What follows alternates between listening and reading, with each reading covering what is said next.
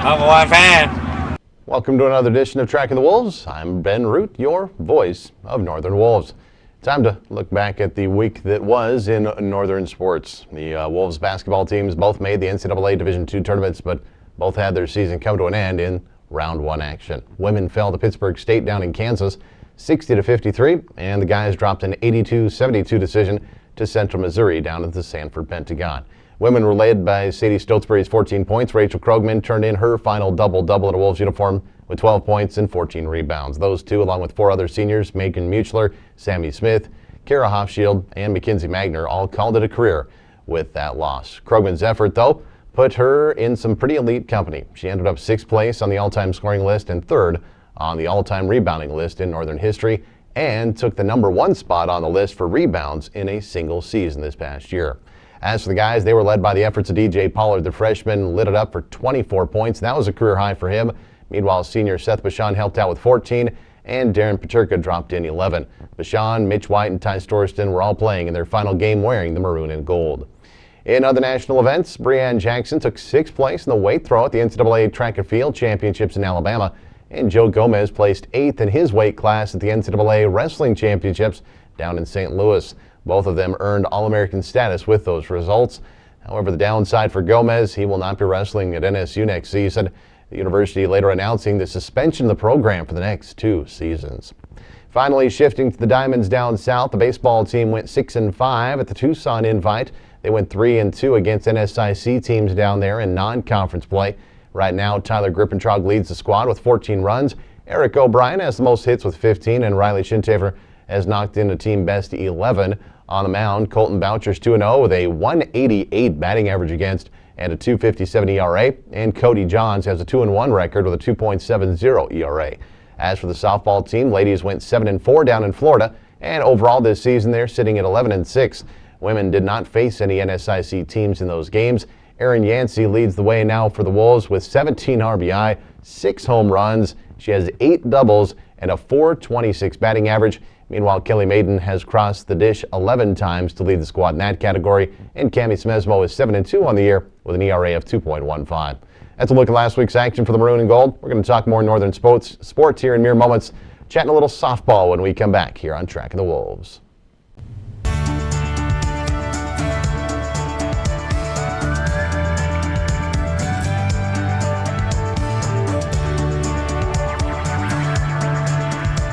NCAA championships are something special. Filled with memories we will carry with us for the rest of our lives. We ask that you cheer hard for your institutions. Acting responsibly and courteously towards those around you. In the spirit of sportsmanship, enjoy the game, and let's provide our student athletes, coaches, officials, and fellow fans the respect they deserve.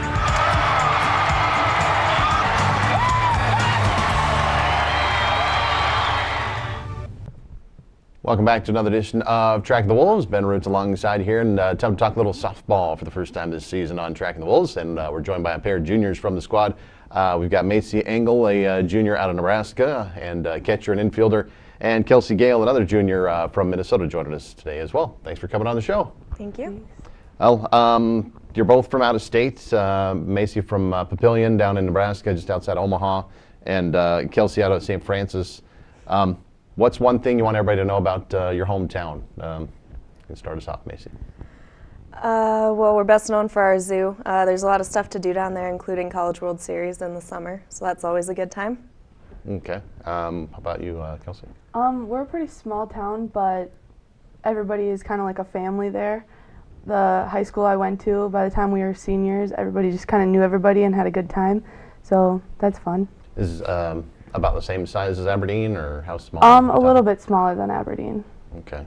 Is that close to the Twin Cities, or? It's about 45 minutes north of the cities. Okay. And Papillion's just like right outside Omaha, right? Like 10 miles or something? Yeah, we're right next to it.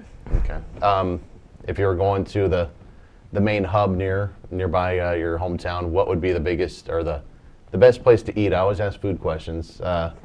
Best place to eat, I guess, in the Twin Cities or in Omaha? Stella's Burgers, best burgers in Omaha. Okay. And We have a little bit even more north of us in Cambridge. There's a pizza pub up there, and they have really good burgers and pizza. Cool. What's the name? Do you remember? Or? It is just called the Pizza Pub in Cambridge. Well, there's the free advertising for that. There you go. As far as Omaha goes, have you gone to many College World Series games back in the day when it was at the old ballpark? My softball team actually used to work the concession stand or lemonade stand for a little bit of a fundraiser opportunity, so I hung out there a lot, got a lot of sun out there. You like that more than the TD Ameritrade now, or have you had a chance to check it out? Rosenblatt just has so much history behind it, you kind of miss that, but the new park is really nice. Whether it was time for it or not, it was a good upgrade, I think. And they can always, if they need to expand the zoo, put some stuff over there in the Blatt, put the gorillas or something, I don't know, Right. over there. Now, what was the biggest adjustment for you coming to Aberdeen from Minnesota, Kelsey? The wind is the biggest part. I mean, Minnesota still gets cold, but here the wind is just unbelievable. But you get used to it after a while, so. Yeah, all the rest is same stuff. Pretty much. There, right? How about from Nebraska? Probably the snow. We still get snow down in Nebraska, but you get 2 inches down there and they're ready to call off school already, and here we get 3 feet and we're still trudging through it. It's been a good couple of years, though. I would say probably your freshman year maybe is the worst you've had, right? Yeah. Pretty mild, just cold the last couple of years. As far as practice time, is it pretty comparable here to what you've had in your prior experiences, or are you not getting as much since the weather may be a little bit worse here? We're actually getting some outside time early in the season, which, like our freshman year, we didn't. We actually got to go out to Swisher and practice on the turf in January, which was really amazing considering how cold Aberdeen winters can get.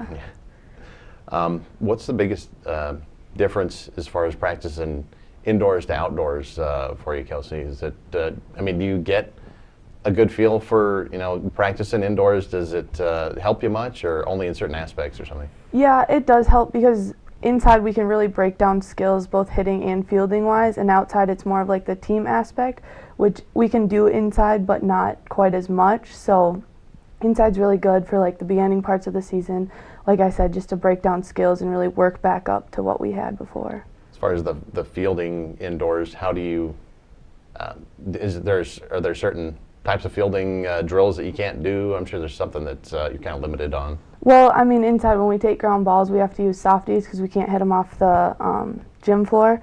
And with like the slant on the gym floor, that's a little bit difficult, but you get used to it. And we play on turf, so the gym floor is kind of nice because that's how balls come off the turf too. So. Now, you mentioned playing on Swisher Field summer, practicing out there, and then had to play there a little bit last few years here. What's the biggest adjustment to playing on the turf out there, and the dimensions too at Swisher? There's a little bit more wind out there, so you really have to not try to hit a home run on windy days, just kind of move station to station. Yeah. And the ball will pick up a little bit of speed when you do hit grounders, so come in a little bit hotter in the infield. Yeah. And it seemed like right field is kind of shortened a little bit out there. Did Coach Vlar try to have you go the other way or anything if you're righty? I don't know if you guys are lefties or righties, but. Yeah, she does want us to go the other way. She always says hit the ball in the middle of the field, but when we do play out there, she wants us to take the ball the other way. Talking to Kelsey Gale and Macy Engel here with the softball team on Tracking the Wolves, and just got back, of course, from the Florida trip. I'm sure you guys are, loving to be back here as well. Although the weather actually has been pretty good, but what's that trip like? I know you guys have gone, more than once now, getting used to it, I guess. What's, I guess, your favorite part of the trip there, Macy? We get to stay in houses when we're in Florida with the team. We split up into 2 houses, so we really get some bonding time in there, get to be with our teammates pretty much 24/7 for a week. It's like a makeshift sorority for a week. Pretty much, yeah. What's your favorite part, Kelsey? I just love the weather down there because those are pretty much our only guaranteed games because during the season we never really know. And just getting to play on dirt again for the first time, that's probably the best part for me.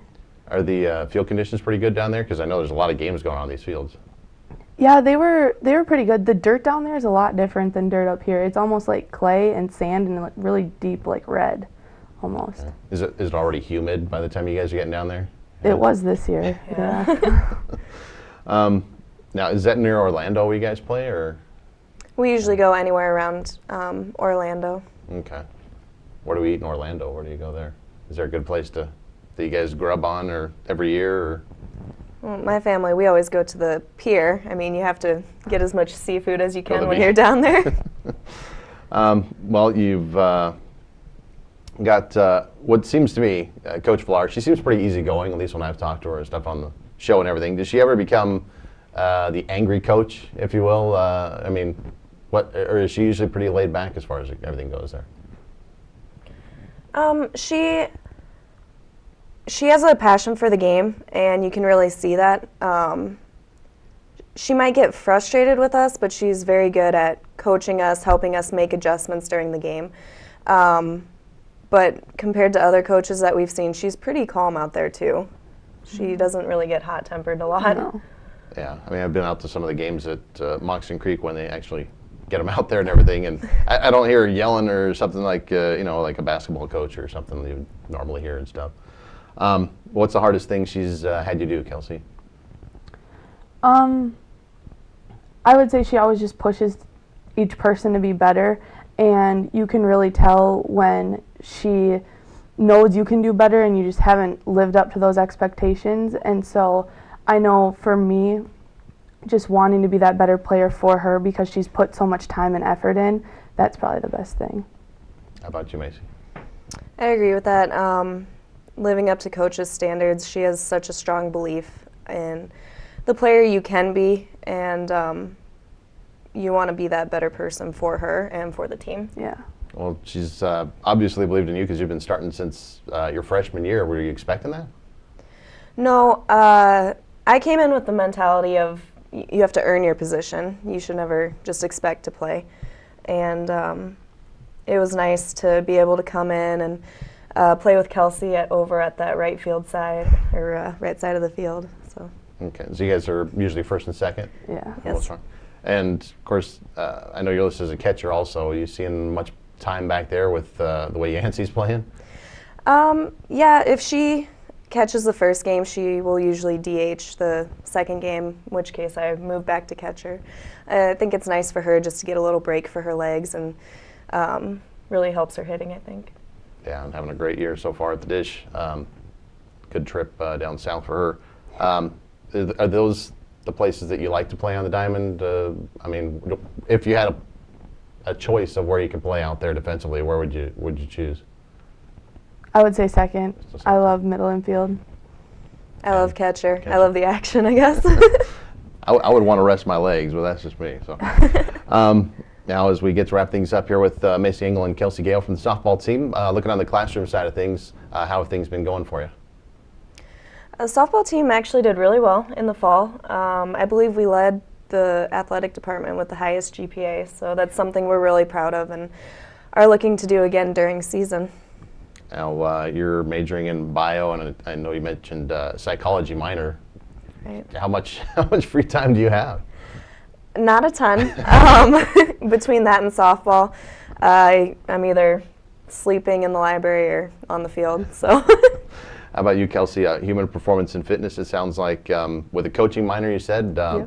Are you looking to coach maybe down the road, or are you still trying to figure it out? Yeah, still kind of trying to figure it out, but I don't think I could ever let go of the game, so that's why I want to kind of stick with it and do some coaching after. Yeah, don't blame her.